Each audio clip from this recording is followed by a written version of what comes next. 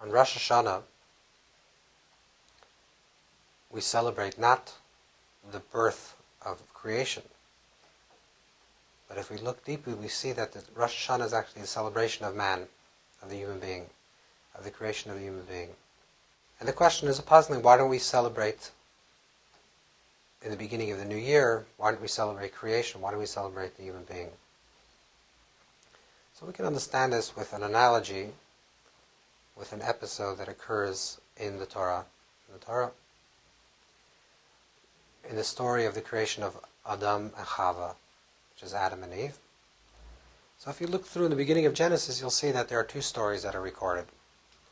There's a story that's recorded in chapter 1,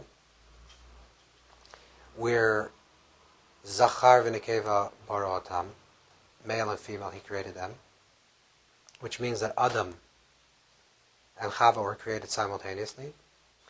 And then there's a story of chapter 2, where Adam and Chava are created one after the next. The first Adam is created, and then Adam goes to sleep, and from his side, or his imagination, his tzela, his dream, Chava is created. So these two stories seem to be in contradiction to each other. And the deeper understanding of this text is as follows: that there's something that's called an achar be'achar relationship, a back-to-back relationship, and there's something that's called a panim al panim, a face-to-face relationship. When Adam and Chava are created in the first image, Adam and Eve are created in the first image, Zachar v'Nekeva bara otam, the image is that they're back-to-back.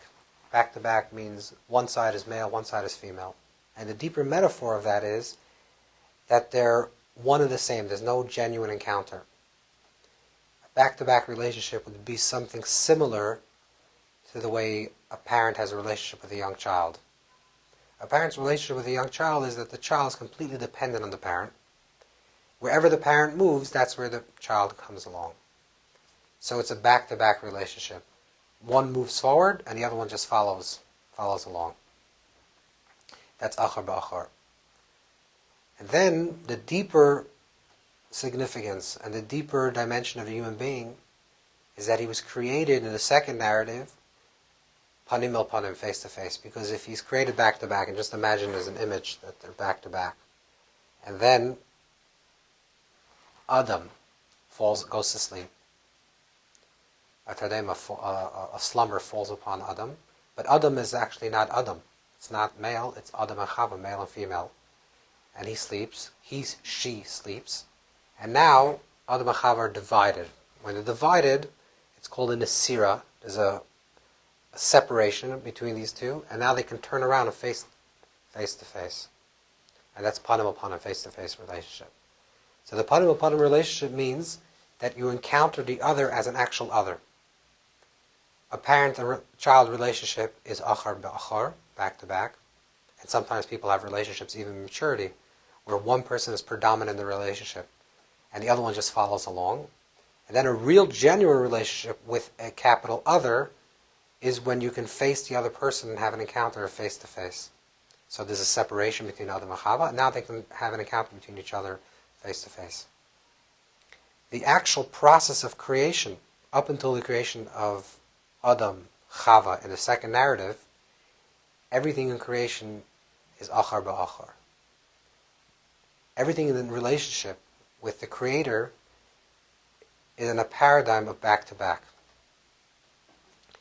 The lion hunts, the zebra is hunted, the tree bends to the sun.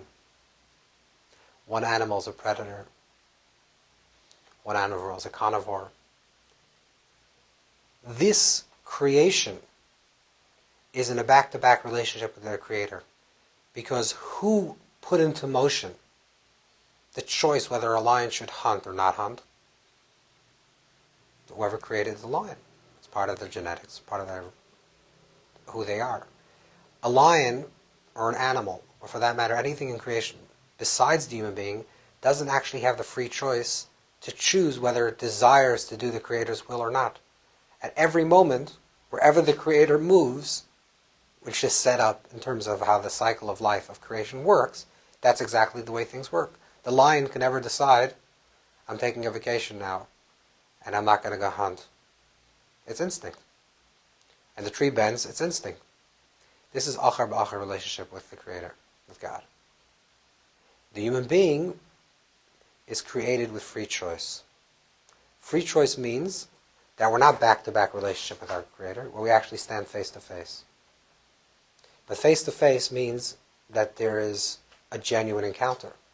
Because when the human being chooses to live his life, or her life, in accordance with the will of the Creator, then it's a face-to-face relationship, because they're doing it on their own free choice. They can walk away, and they can choose to stand face-to-face, Neichach Pnei Hashem, in the front of the face of Hashem. So Rosh Hashanah, we celebrate the creation of the human being, not the creation of creation. Because creation is achar b'achar. And there's nothing really for us to celebrate. It's all about just the Creator, not about creation. When we really want to celebrate creation, we want to celebrate our relationship of creation to the Creator. And how we can stand in front of God and have a relationship of face-to-face. The depth of Rosh Hashanah is a time that we know we exist. Everything in the universe exists. But in Rosh Hashanah we have to justify, and that's the judgment of why we exist. Not that we exist, but why we exist. And that's the question that we have to ask ourselves. Could we justify our existence? Are we living a life that justifies ourselves being alive? What are we contributing? What are we doing? How are we a creator? And what are we contributing to creation by having a face-to-face relationship? That we're no longer just receivers, as an achar b'achar, back to back, but we're also a panim, we're also a face. And a face means someone that's a giver, someone that is like the Creator.